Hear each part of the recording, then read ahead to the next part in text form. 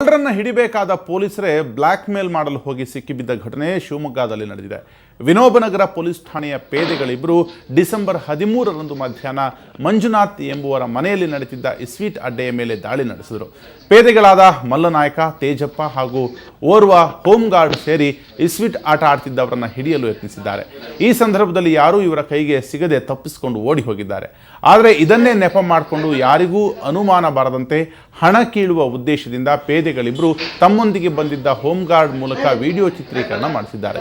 ಜೂಜಾಟದಲ್ಲಿ ತೊಡಗಿರುವ ದೃಶ್ಯವನ್ನು ಹಿರಿಯ ಅಧಿಕಾರಿಗಳ ಗಮನಕ್ಕೆ ತಂದು ನಿಮ್ಮ ಮೇಲೆ ಪ್ರಕರಣ ದಾಖಲಿಸುವುದಾಗಿ ಬೆದರಿಸಿ ಅವರ ಬಳಿ ಇದ್ದ ಸುಮಾರು 60,000 ರೂಪಾಯಿ ವಸೂಲಿ ಮಾಡಿದ್ದಾರೆ. ಬಳಿಕ ನಕಲಿ ದಾಳಿಯ ಬಗ್ಗೆ ಮಂಜುನಾಥ್ ದೂರನ್ನು ದಾಖಲಿಸಿದರು.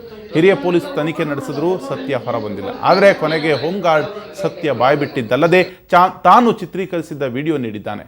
ತಕ್ಷಣ ಪೊಲೀಸ್ ಇಲಾಖೆ ಅವರಿಬ್ಬರನ್ನೂ ಸೇವೆಯಿಂದ ಅಮಾನತುಗೊಳಿಸಿದೆ. ಈ ಕುರಿತಾಗಿ ಮಾತನಾಡೋದಕ್ಕೆ ದೂರುದಾರರಾದಂತಹ ಮಂಜುನಾಥ್ ಅವರೇ ನಮ್ಮ ಜೊತೆ ಫೋನ್ ಸಂಪರ್ಕದಲ್ಲಿದ್ದಾರೆ. ಮಂಜುನಾಥ್ ಅವರೇ, ಯಾರು ಈ ಪೇದೆಗಳು? ಇವರು ಮಾಡಿದಂತಹ ಮೋಸ ಏನು?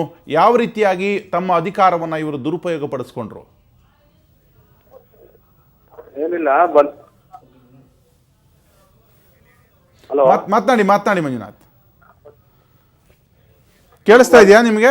ಫ್ರೆಂಡಿಂದು ಒಂದು ಹುಡುಗರು ಬಂದಿದ್ರು, ರೆಸ್ಟ್ ಮಾಡಕಂತ ಬಂದಿರು ಊರಿಂದ. ಅವಾಗ ಬಂದು ರೆಸ್ಟ್ ಮಾಡಕಂತ ಬಂದಿದ್ರೆ ಅವರು ಇದ್ರು ಮನೆಯಲ್ಲಿ. ಬಂದು ಕೂತಿದ್ರು. ಯಾರೋ ಅವ್ರಿಗೆ ಇನ್ಫಾರ್ಮೇಶನ್ ಕೊಟ್ಟಾರೆ ಪೊಲೀಸಿಗೆ. ಆ ಇಬ್ರು ಪೇದೆಗಳು ಯಾರು? ಅವರಿಬ್ಬರ ಹೆಸರೇನು? ನಾವು ಸ್ಟೇಷನ್ ಮಲ್ಲನಾಯಕ ಮತ್ತೆ ತೇಜಪ್ಪ ಅಂತ. ಎಷ್ಟು ದುಡ್ಡು ಕೇಳಿದ್ರು ನಿಮ್ಮನ್ನ? ಇಲ್ಲ, ಇರೋ ದುಡ್ಡು ಎಷ್ಟಿದೆ ಕೊಡ್ರಿ, ಇಲ್ಲ ಅಂದ್ರೆ DSP ಸಾಹೇಬ್ರಿಗೆ ಕಂಪ್ಲೇಂಟ್ ಮಾಡ್ತೀನಿ, ಕರ್ಸ್ತೀನಿ ಇಲ್ಲಿಗೆ ಅಂತ ಹೇಳಿದ್ರು. ಅದಕ್ಕೆ ಇರೋ ದುಡ್ಡು ಎಷ್ಟಿತ್ತು ಅದು ಅಷ್ಟು ಇಸ್ಕೊಂಡ್ರು ಸರ್. 60,000-70,000 ರೂಪಾಯಿ ಸರ್. ಓಕೆ, 60,000-70,000 ರೂಪಾಯಿ ಅವ್ರು ಎತ್ಕೊಂಡು ಹೋದ್ರು ಅಂತ. ಈಗ ಮೊದಲೇ ನೀವು ಕಳೆದಿದ್ದು ಜೂಜಲ್ಲಿ, ಆದ್ರೂ ಧೈರ್ಯ ಹೇಗೆ ಮಾಡಿದ್ರಿ? ಜೂಜ್ ಆಡ್ತಾ ಇದ್ರು ಕೂಡ ಆ ಪೊಲೀಸರ ಮೇಲೆ ಮತ್ತೆ ಪುನಃ ಕಂಪ್ಲೇಂಟ್ ಕೊಡುವಂತ ಧೈರ್ಯ ಹೇಗೆ ಬಂತು ನಿಮ್ಗೆ? ಅಲ್ಲಿ ಸ್ಟೇಷನ್ ಹತ್ರ ಹೋದ್ಮೇಲೆ ಕರ್ಕೊಂಡು ಹೋದ ನಮಗೆ ಅವ್ರಿಗೆ ತೋರ್ಸ ಅಂತ ಹೇಳಿದ್ರು ಸಾಹೇಬ್ರು.